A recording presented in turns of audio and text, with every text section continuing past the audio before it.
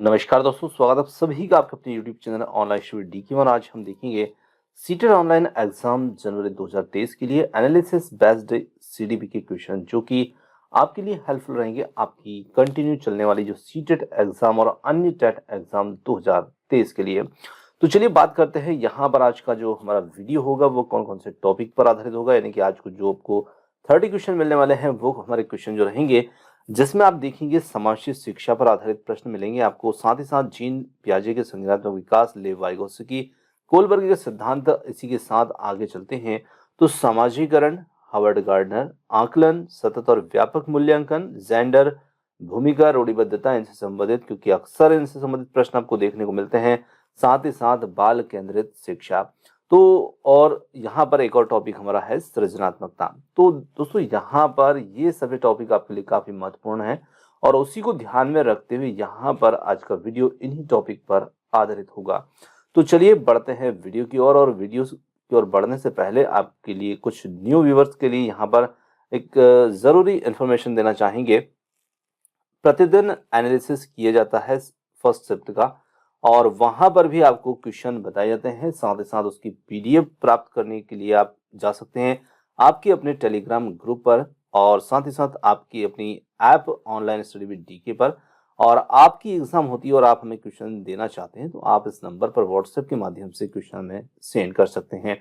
और यहाँ पर ऐप की यदि बात की जाए तो ऐप जो रहेगी किस नाम से होगी ये थोड़ी सी कंफ्यूजन बनी रहती है। तो इसी नाम से जो आपका चैनल है उसी नाम से आपको ऐप देखने को मिलेगी। इस प्रकार का इंटरफेस उसमें प्ले स्टोर पर जाकर के आप प्राप्त कर सकते हैं। उसकी लिंक वीडियो के डिस्क्रिप्शन में आपको देखने को मिलेगी। थोड़ी सी उसके अंदर की बात करते हैं तो यहाँ पर आपकी जो सीटेट और अन्य टेट एग्जामों को ध्यान में रखते हुए कुछ महत्वपूर्ण नोट्स की एक बुक है वो यहाँ पर प्रदान की जा रही है और जो कि ईवीएस के लिए होगी। सीटेट ईवीएस के लिए खास करके 2011 से लेकर 2022 तक के जो भी ईवीएस के अंतर्गत टॉपिक हैं उन सबको डिटेल व्याख्या के साथ में यहाँ पर इसमें प्रस्तुत किया गया है। और साथ ही साथ आपको 500 एमसीक्यू भी यहाँ पर देखने को मिल जाते हैं जो भी काफी महत्वपूर्ण है। 2011 से 2022 तक के बीच में जो पूछे गए, बार बार पूछे गए ऐसे प्रश्न आपको देखने को मिलेंगे। और देखिए इसको थोड़ा सा यहाँ पर एक नाममात्र की कॉस्ट प्राइस आपको देखने को मिलेगी। 49 रुपीज इसका चार्ज रहेगा। और इसी के साथ में यदि बात की जाए तो यहाँ पर आपके लिए कुछ ई बुक्स, कुछ टेस्ट, ये सब भी इसमें आपको देखने को मिलेंगे। लाइव क्लास, फ्री वीडियो वगैरह इनकी सुविधाएं जल्द ही इसके अंदर जोड़ी जा रही है। तो दोस्तों यहाँ पर आपकी चॉइस है, यदि आप जाना चाहते हैं तो प्ले स्टोर पर जाकर के आप वीडियो के डिस्क्रिप्शन लिंक से जाकर के उसे प्राप्त कर सकते हैं। तो चलिए अब बात करते हैं यहाँ पर हमारे आज के इन प्रश्नों की। सबसे फर्स्ट क्वेश्चन की यदि बात की जाए, शिक्षक को ये सलाह दी जाती है कि वे अपने शिक्षार्थियों को सामूहिक गतिविधियों में शामिल करें क्योंकि सीखने को सुगम बनाने के लिए अतिरिक्त ये रिक्त स्थान में भी सहायता करते हैं। तो देखिए जब हम सामूहिक गतिविधि की बात करते हैं तो ये सीखने में तो मतलब सुगमता प्रदान करते ही करते हैं, पर इसके अतिरिक्त ये रिक्त स्थान में भी सहायता करेंगे। किसमें? दुश्चिंता, समाजीकरण, मूल्यधन या आक्रामकता। तो देखिए यहाँ पर बी वाला जो विकल्प है जिसे हम कह सकते हैं समाजीकरण में भी ये चीजें सहायता करती है। तो बिल्कुल बी विकल्प हमारा इसमें उत्तर हो जाता है। आगे चलते हैं। अगला प्रश्न है, कोहलबर्ग के अनुसार सही और गलत प्रश्नों के बारे में निर्णय लेने में शामिल चिंतन प्रक्रिया को कहा जाता है। तो देखिए जब गलत प्रश्नों के बारे में निर्णय लेने की चिंतन प्रक्रिया होती है उसे हम क्या कहते हैं? सहयोग की नैतिकता या नैतिक तर्कणा, नैतिक यथार्थवाद या फिर है नैतिक दुविधा। तो देखिए यहाँ पर यदि प्रश्न को आप थोड़ा सा समझते हैं तो बिल्कुल इसमें आपको वो सारी बातें मिल जाती है जिससे में इसमें हिंट छुपी हुई है। अब क्या हिंट छुपी हुई है देखिए। अब नैतिक तर्कना की यदि परिभाषा को देखते हैं तो नैतिक तर्कना यहाँ पर हमारा इसमें उत्तर होगा। और नैतिक तर्कना आखिर हम कहते हैं किसको है? तो नैतिक तर्कना जो होती है एक ऐसी प्रक्रिया होती है जिसमें हम सही या गलत प्रश्नों के बारे में निर्णय लेते हैं। अर्थात सही या गलत प्रश्न के बारे में निर्णय लेने में जो हमारी चिंतन प्रक्रिया होती है उसी को हम कहते हैं नैतिक तर्कना। तो उत्तर यहाँ पर बन जाता है ऑप्शन नंबर बी, नैतिक तर्कना। संजना हर पाठ को बहुत जल्दी सीख लेती है जबकि रंजना उसे सीखने में ज्यादा समय लेती है। यह विकास के किस सिद्धांत को दर्शाता है? तो देखिए एक जल्दी सीखती है, एक देरी से सीखती है। तो ये उनकी अपनी अपनी विभिन्नताएं हैं, उसके माध्यम से ही यहाँ पर वो अधिगम प्राप्त करती हैं।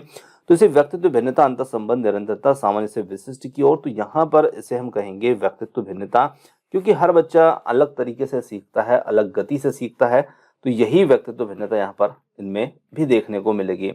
चलिए आगे देखते हैं, अगला प्रश्न आता है, पियाजे के अनुसार संज्ञानात्मक विकास के किस चरण पर बच्चा वस्तु स्थायित्व को प्रदर्शित करता है?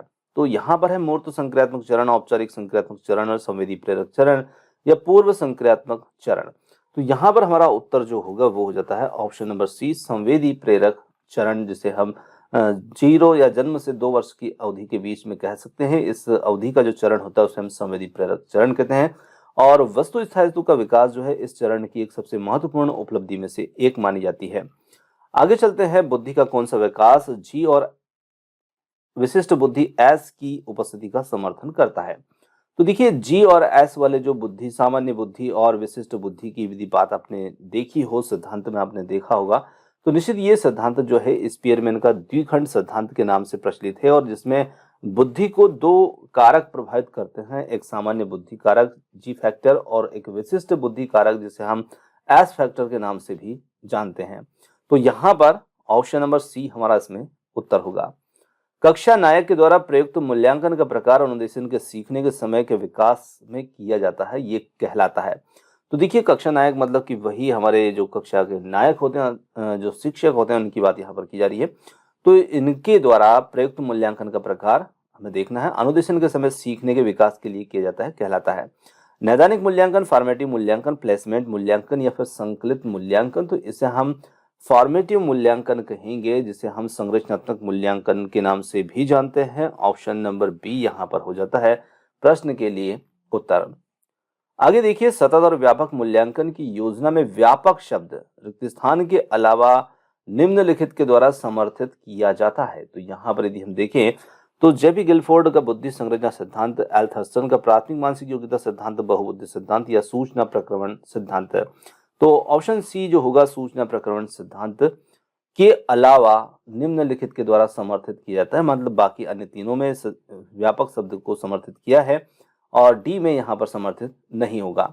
सामाजिक भूमिकाओं के कारण सौंपी गई विशिष्टताएं क्या कहलाती है? तो जो सामाजिक भूमिकाओं के कारण सौंपी गई विशिष्टताएं, जेंडर भूमिका विवृत्ति, जेंडर भूमिका दबाव, जेंडर भूमिका रूढ़िबद्धता या जेंडर भूमिका नैदानिकी यहाँ पर कहलाएंगे। तो यहाँ पर हम कह सकते हैं कि ये सभी जेंडर भूमिका रूढ़िबद्धता कहलाएंगी। ऑप्शन नंबर सी हो जाता है यहाँ पर उत्तर। चलिए अगले प्रश्न की बात करें तो बाल केंद्रित शिक्षा में शामिल है। बाल केंद्रित शिक्षा में क्या चीजें शामिल होती हैं? बच्चों के लिए हस्तपरक गतिविधियां, बच्चों को का एक कोने में बैठना या प्रतिबंधित परिवेश में अधिगम या वे गतिविधियां जिनमें खेल शामिल नहीं होते हैं। तो देखिए, बच्चों के लिए हस्तपरक गतिविधियां जो होती हैं वो इसमें बाल केंद्रित शिक्षा में शामिल होंगी। ऑप्शन नंबर फर्स्ट होगा यहाँ पर उत्तर। जब एक शिक्षक यह समझता है कि स्वाभाविक रूप से लड़के गणित में लड़कियों से अच्छे हैं और यह दर्शाता है कि अध्यापक यहाँ पर किस प्रकार उसमें है, तो नीतिपरक है, लिंग पक्षपाती है या फिर शिक्षाप्रद है, सही दृष्टिकोण में है। तो शिक्षक यहाँ पर लिंग पक्षपाती के रूप में रहेगा, क्योंकि शिक्षक यहाँ पर मानते हैं कि लड़के गणित में लड़कियों से अच्छे होते हैं और ये दृष्टिकोण दर्शाता है लिंग पक्षपात को। तो ऑप्शन नंबर बी जो होगा वो हमारा इस पर उत्तर होगा। आगे बात करते हैं, निःशक्त बच्चों के लिए समेकित शिक्षा की केंद्रीय प्रायोजित योजना का उद्देश्य है रिक्त स्थान में निःशक्त बच्चों को शैक्षिक अवसर उपलब्ध कराना, विशेष विद्यालयों, मुक्त विद्यालयों, ब्लाइंड रिलीफ एसोसिएशन के विद्यालयों या फिर नियमित विद्यालयों। तो यहाँ पर हम कह सकते हैं इसमें नियमित विद्यालयों, क्योंकि जहाँ पर निःशक्त बच्चों के लिए बात आती है और समेकित शिक्षा की इसमें योजना की बात करते हैं, तो नियमित विद्यालयों में समावेशी शिक्षा के तहत उन्हें शैक्षिक अवसर उपलब्ध कराना होता है और इसके लिए हमारा विकल्प डी इसमें सही होगा। आगे चलते हैं, एक शिक्षिका अपनी कक्षा के प्रतिभाशाली बच्चों की योग्यताओं की उपलब्धि चाहती है। अपने उद्देश्य की प्राप्ति के लिए उसे निम्नलिखित में से क्या नहीं करना चाहिए? देखिए, जो नहीं करना चाहिए उसकी पहचान हमें यहाँ पर करना है। तो देखिए, तनाव को नियंत्रित करना सिखाना या फिर विशेष अध्ययन के लिए उन्हें समकक्षों से अलग करना, उनकी सृजनात्मकता समृद्ध करने के लिए उन्हें चुनौती देना, गैर शैक्षणिक गतिविधियों का आनंद लेने के लिए सिखाना। तो देखिए, शिक्षिका को जो नहीं करना चाहिए, विशेष अध्ययन के लिए उन्हें उनके समकक्षों से अलग करना। ऑप्शन नंबर बी होगा उत्तर। आगे चलते हैं, वर्तमान में निःशक्त बच्चों की शिक्षा के लिए कहा गया है तो वर्तमान में यदि हम बात करें तो समाज से शिक्षा पर जोर दिया जा रहा है और निःशक्त बच्चों की शिक्षा के लिए यही बात इसमें कही गई है। तो ऑप्शन ए हो जाता है समावेशी शिक्षा हमारा यहाँ पर उत्तर। चलिए आगे चलते हैं। अगला प्रश्न आता है, बुद्धि की स्पेयरमैन परिभाषा के कारक जी हैं। देखिए जी के बारे में अभी हमने थोड़ी देर पहले ही बात की थी। दो कारक यहाँ पर स्पीयरमैन ने बुद्धि के द्विखंड सिद्धांत में बताई हैं, जिसमें एक कारक होता है सामान्य बुद्धि कारक जिसे हम जी कहते हैं और एक होता है विशिष्ट बुद्धि कारक जिसे हम एस कहते हैं। तो यहाँ पर जी क्या होगा? तो देखिए जी यहाँ पर यदि बात की जाए तो जी इसमें यहाँ पर सामान्य बुद्धि कारक के रूप में रहेगा और ऑप्शन सी जो होगा वो होगा इसमें यहाँ पर उत्तर। अनुसंधान से पता चलता है कि विद्यालय में अनेक स्तरों पर विभेदीकरण पाया जाता है। उच्च प्राथमिक स्तर पर इनमें से कौन सा विभेदीकरण का उदाहरण नहीं होगा? जो नहीं है वो पहचानना है। तो बहुत से अध्यापक पढ़ाने के लिए केवल व्याख्यान विधि का प्रयोग करते हैं। अध्यापक के निम्न सामाजिक आर्थिक परिवेश से आए बच्चों में बहुत कम अपेक्षाएं होती है। मध्याह्न भोजन के दौरान दलित बच्चों को अलग बैठाया जाता है। लड़कियों को गणित तथा विज्ञान विषयों को लेने के लिए प्रोत्साहित नहीं किया जाता। तो यहाँ पर यदि हम बात करें तो यहाँ पर देखिए विभेदीकरण पाया जाता है, इस बात को हमें इसमें देखना है। और इसमें यहाँ पर देखा जाए तो बहुत से अध्यापक पढ़ाने के लिए केवल व्याख्यान विधि का प्रयोग करते हैं, ये विभेदीकरण का उदाहरण नहीं है। बाकी अन्य उदाहरणों को देखते हैं तो यहाँ पर विभेदीकरण के उदाहरण के रूप में ये तीनों विकल्प देखने को मिलते हैं। चलिए आगे देखिए, एक बच्चा तर्क प्रस्तुत करता है कि आप मेरे लिए करें, मैं वह आपके लिए करूंगा। तो ये बच्चा कोल वर्ग के नैतिक तर्कना के किस अवस्था के अंतर्गत आएगा? यहाँ पर सामाजिक अनुबंध अभिमुखीकरण, सहायक उद्देश्य अभिमुखीकरण, दंड और आज्ञा पालन अभिमुखीकरण, अच्छा लड़का अच्छी लड़की अभिमुखीकरण। तो यहाँ पर यदि हम बात करें तो ये आता है सहायक उद्देश्य अभिमुखीकरण के अंतर्गत ऑप्शन नंबर बी, जो कि चरण 2 में आएगा, है ना। तो सहायक उद्देश्य अभिमुखीकरण यहाँ पर आता है जिसमें स्वार्थ और पुरस्कार द्वारा संचालित व्यवहार जो है वो देखने को मिलता है इस चरण के अंतर्गत। वाइगोत्स्की के अनुसार बच्चे स्वयं से क्यों बोलते हैं? तो यहाँ पर हमें प्रश्न को वाइगोत्स्की के अनुसार देखना है कि बच्चे स्वयं से क्यों बोलते हैं। बच्चे स्वभाव से बहुत बातूनी होते हैं, अहम केंद्रित होते हैं, बच्चे अपने कार्य को दिशा देने के लिए बोलते हैं, या बच्चे अपने प्रति वयस्कों का ध्यान आकर्षित करने के लिए बोलते हैं। तो बच्चे अपने कार्य को दिशा देने के लिए ऐसा करते हैं। ऑप्शन नंबर जो सी होगा वो हमारा इसमें उत्तर होगा। आगे देखिए, बच्चों को अपने अध्ययन में प्रयास करने हेतु प्रोत्साहित करने के लिए शिक्षक को किस चीज की आवश्यकता होती है? अन्य बच्चों के साथ तुलना करने, बच्चे को प्रेरित करने, बच्चे को डांटने या बच्चे को नियंत्रण में रखने। तो यहाँ पर बच्चे को प्रेरित करने, ऑप्शन नंबर बी जो होगा वो हमारा इसमें उत्तर होगा। शारीरिक रूप से अक्षम बच्चों को सामान्यता होता है, तो इन बच्चों में क्या चीजें देखने को मिलती हैं? देखिए बच्चे शारीरिक रूप से अक्षम है तो निश्चित रूप से उनकी थोड़ी सी हाथ पांव जो होंगे वो संतुलित नहीं होंगे और उस स्थिति में सबसे ज्यादा जो समस्या देखने को मिलती है वो उनकी लिखावट को लेकर के हो सकती है और लिखावट संबंधित दोष जो होता है वो उसे हम कहते हैं डिसग्राफिया। तो यही हमारा इसमें उत्तर भी होगा, विकल्प नंबर सी जो कि है डिसग्राफिया। चलिए आगे चलते हैं। केवल कागज पेंसिल जांचों के द्वारा आंकलन क्या करता है? तो देखिए जब आंकलन सिर्फ कागज पेंसिल के द्वारा ही किया जाता है तो ये चीज जो है सकल आंकलन को बढ़ावा देती है, आंकलन को सीमित कर देता है, समग्र मूल्यांकन को सुविधा प्रदान करता है या फिर निरंतर मूल्यांकन को सुविधा प्रदान करता है। तो यहाँ पर आंकलन जो है बहुत सीमित हो जाता है जब सिर्फ कागज पेंसिल के माध्यम से आंकलन किया जाता है। तो ऑप्शन बी जो होगा वो उत्तर हो जाता है यहाँ पर। आगे चलते हैं। कक्षा 8 की पाठ्यपुस्तक में इस प्रकार के चित्र हैं जहां पर शिक्षिका एवं घरेलू काम कार्य करने वाली महिला के रूप में है और जबकि डॉक्टर पायलट के रूप में पुरुष हैं। मतलब यहाँ पर महिलाओं को कुछ निम्न कार्य और सिर्फ घरेलू कार्यों में ही दिखाया गया है और पुरुषों को डॉक्टर और पायलट के रूप में दिखाया गया है। तो इस प्रकार के चित्र से क्या चीज बढ़ सकती है? लिंग सशक्तिकरण, लिंग रूढ़िबद्धता, लिंग भूमिका निर्वाहशील या लिंग स्थिरता। तो देखिए इससे लैंगिक रूढ़िबद्धता को बढ़ावा मिलता है क्योंकि यहाँ पर सोच एक ऐसी आकर सीमित हो जाती है कि महिलाएं सिर्फ घरेलू कार्य के लिए ही सीमित हैं जबकि पुरुष जो है विशिष्ट कार्यों को करने के लिए। तो ये चीजें लिंग रूढ़िबद्धता को यहाँ पर बढ़ावा देती है। तो ऑप्शन बी हमारा इसमें उत्तर होगा। आगे चलते हैं। अगला प्रश्न आता है, जनसंचार माध्यम समाजीकरण का एक महत्वपूर्ण माध्यम बनता जा रहा है। और नीचे दिए गए कथनों में से कौन सा कथन यहाँ पर सबसे ज्यादा उपयुक्त है? तो देखिए, यहाँ पर यदि देखा जाए, संचार माध्यम पदार्थों के विज्ञापन और विक्रय के लिए एक अच्छा माध्यम है, या फिर समाजीकरण केवल माता पिता परिवार के द्वारा ही होता है?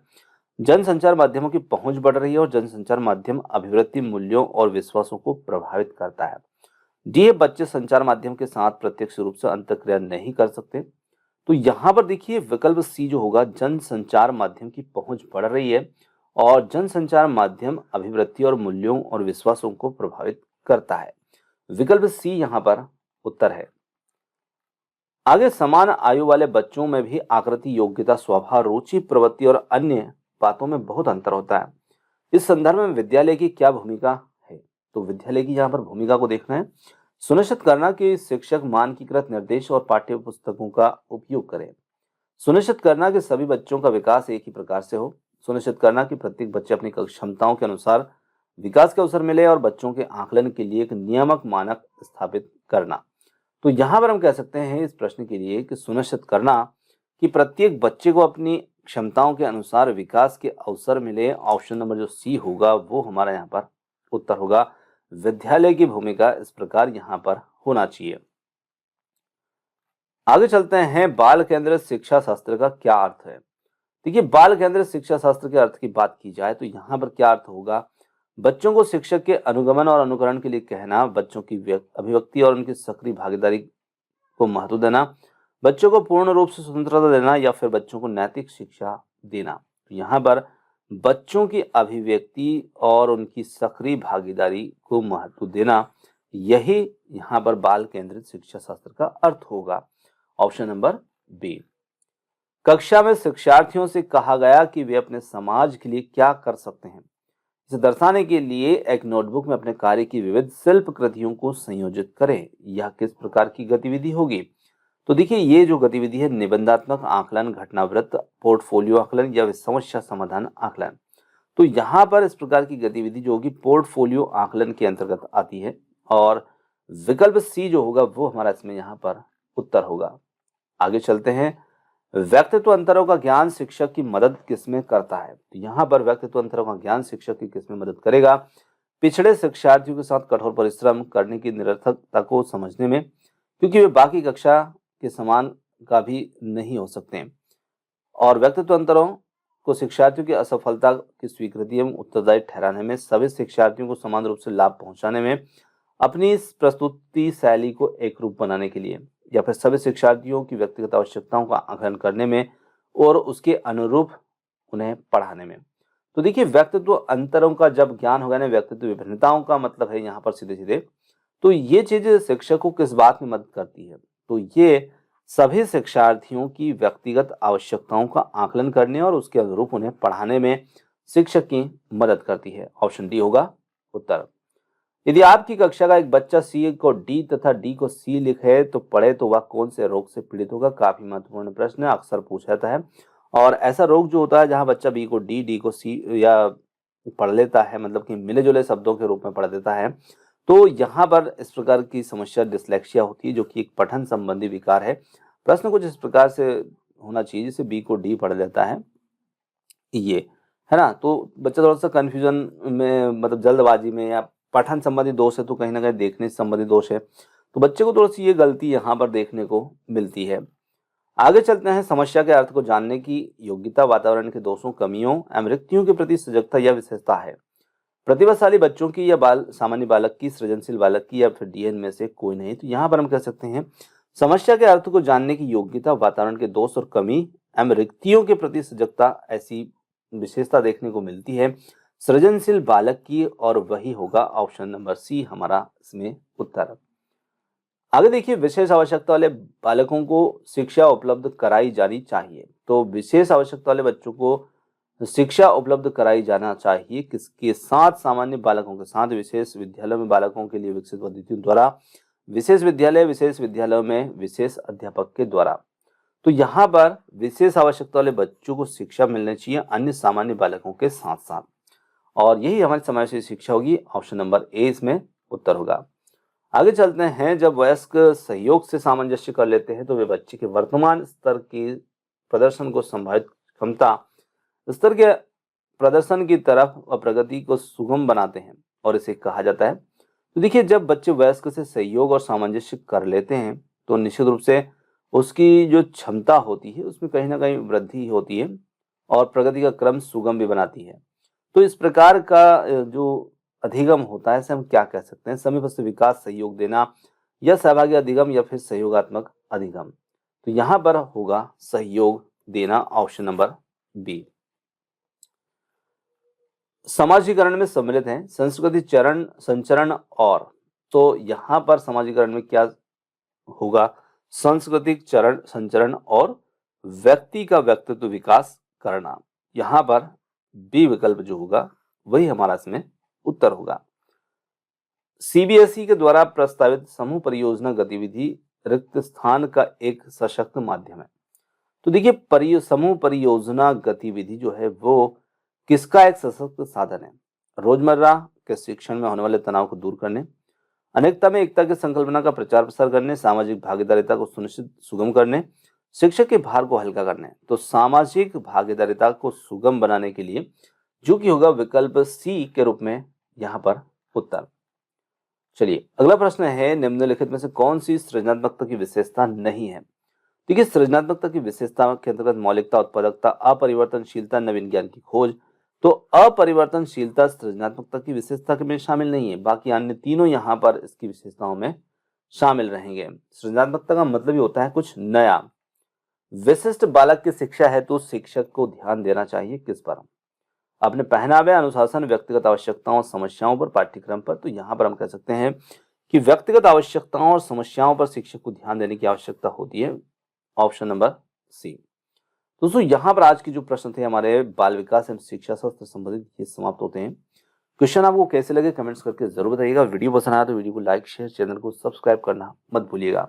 आपने जो समय दिया उसके लिए बहुत बहुत धन्यवाद। Thanks for watching. मिलते हैं जल्दी ही एक और नए किसी वीडियो के साथ। धन्यवाद।